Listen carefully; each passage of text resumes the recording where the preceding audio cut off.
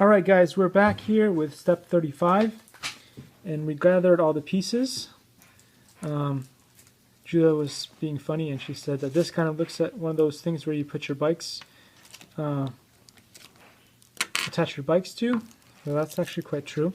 And it goes, and you need to point it this way. And then you have this main piece that we built earlier, and it goes in this direction.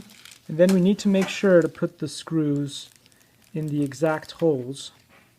So it'll be this hole, it'll be this hole, and this hole.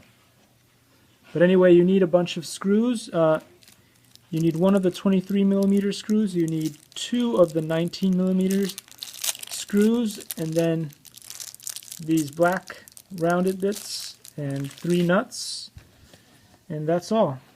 So we're going to put this together, and we'll see you in the next video. Cool.